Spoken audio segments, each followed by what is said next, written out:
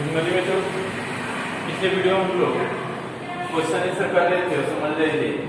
Question number हम लोग 7 तक किए थे।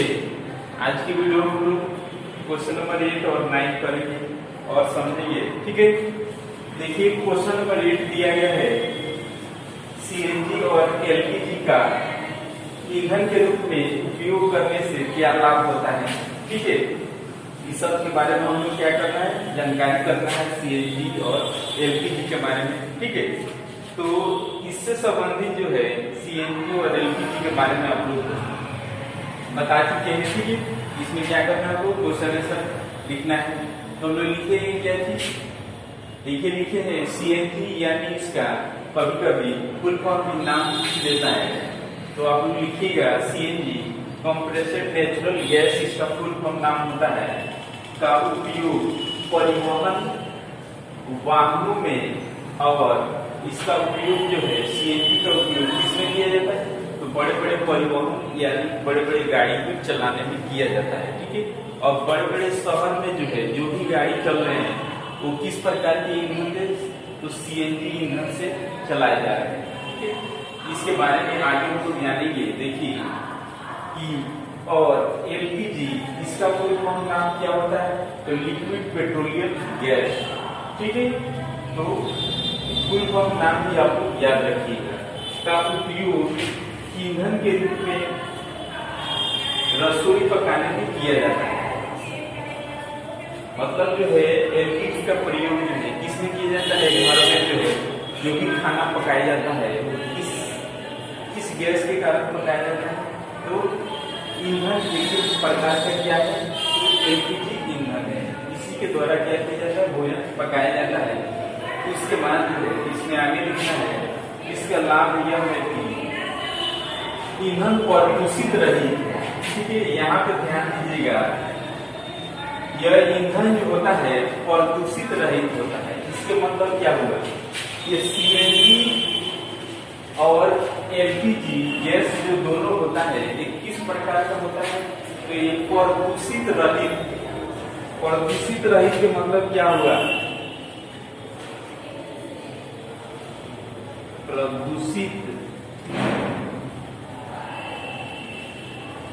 रहित। ठीक है, प्रदूषित रहित के मतलब हो गया इससे प्रदूषण बिल्कुल नाम मात्रा बराबर होगा। ठीक है, ऐसा नहीं समझिए कि इससे प्रदूषण होगा। ठीक है, प्रदूषण रहित या प्रदूषित रहित के मतलब हो गया क्या, इससे प्रदूषण जो है नाम मात्रा बराबर होगा। ठीक है, तो इसमें हम लोग लिखेंगे कि यह ईंधन प्रदूषित रहित होते हैं, इससे धुआं नहीं निकलता है। इससे क्या होगा, ये धुआं निकलता है। जो भी ईंधन से अपने घरों में खाना पकाते हैं आप लोग, तो क्या होता है उससे धुआं निकलता है, नहीं निकलता है। ठीक है, और इन्हें पाइपों के द्वारा आसानी से उपलब्ध कराया जा सकता है। एक स्थान से दूसरे स्थान तक ले जाना होगा तो क्या होता है, गैस में देखिएगा लंबा पाइप होता है, वो पाइप के द्वारा क्या किया जाता है, एक जगह से दूसरे जगह उपलब्ध कराया जा सकता है। ठीक है, उसके बाद हम लोग इसमें लिखेंगे कि पाइपों द्वारा परिवहित होने के कारण परिवहन व्यय की भारी बचत होती है। ठीक है, जैसे इसके संबंध में बताते हैं कि हम लोग के भारत में जो भी चीज पेट्रोल निकाला जाता है, जैसे मान लीजिए कि कहीं दूसरे जगह उसको भेजना होगा तो क्या किया जाता है, तो जमीन के अंदर ही क्या किया जाता है, तो पाइप लगा दिया जाता है। ठीक है, जमीन के अंदर पाइप लगा के एक जगह से दूसरे जगह जो है वहन की खर्चा, यानी किसी भी गाड़ी से आप उसको ले जाएंगे तो उसको क्या होगा, उसमें काफी समय लगेगा और जो है पैसे के ज्यादा खर्च होगा। लेकिन उस पाइप के द्वारा हम लोग अंदरूनी भाग से एक जगह से दूसरे जगह भेज दें तो उसमें क्या होगा, पैसे की भी बचत होगा, यानी इसमें क्या लिखे, व्यय का बचत होगा, और उसके बाद से क्या होगा, इसमें समय के भी बचत होगा। ठीक है, उसके बाद ये चीज हम लोग जान चुके और समझ चुके। उसके बाद नेक्स्ट क्वेश्चन हम लोग जानेंगे। देखिए नेक्स्ट क्वेश्चन दिए हैं क्या चीज, कि सूर्य के प्रकाश तथा वायु को ईंधन के रूप, सूर्य के प्रकाश तथा वायु को ईंधन के रूप में, ईंधन के रूप में उपयोग से क्या लाभ होता है। ठीक है, तो इस प्रकार के ईंधन के उपयोग से क्या लाभ होता है इसके बारे में हम लोग को लिखना है। ठीक है, वो देखिए इसमें हम लोग लिखेंगे सूर्य के प्रकाश का अर्थ है कि सौर ऊर्जा।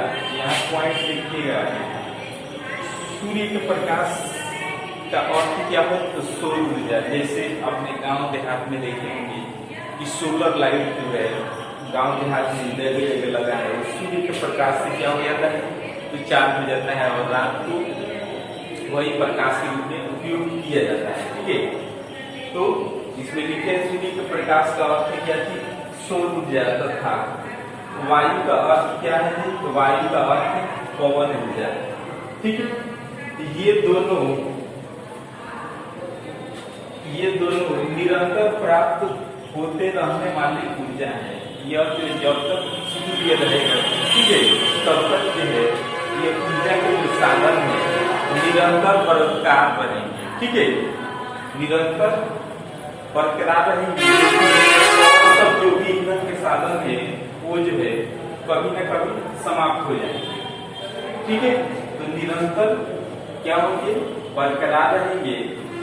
इसके बाद ये कभी समाप्त नहीं होंगे। इनका उपयोग करने से लाभ होगा जिनके कारण पारंपरिक ऊर्जा की बचत होगी। यहाँ पे देखिए क्या लिखे पारंपरिक ऊर्जा की बचत होगी, जैसे पेट्रोल, डीजल, ठीक है, मिट्टी तेल, ये सब किसके अंतर्गत आएंगे?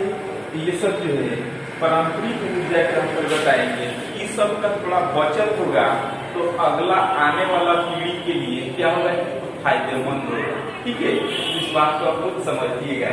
तो देखिए पारंपरिक ऊर्जा की बचत होगी जिनका उपयोग हमारी अगली पीढ़ी भी कर सकेगी। जो पारंपरिक ऊर्जा जो बचत रहेगा यानी बचा रहेगा, ठीक है, तो आगे आने वाली पीढ़ी भी उसका क्या करेंगे उपयोग कर सकते हैं। ठीक है, ये चीज हम लोग क्वेश्चन नंबर 1 और क्वेश्चन नंबर 9 का क्वेश्चन आंसर हम लोग जान चुके और समझ चुके।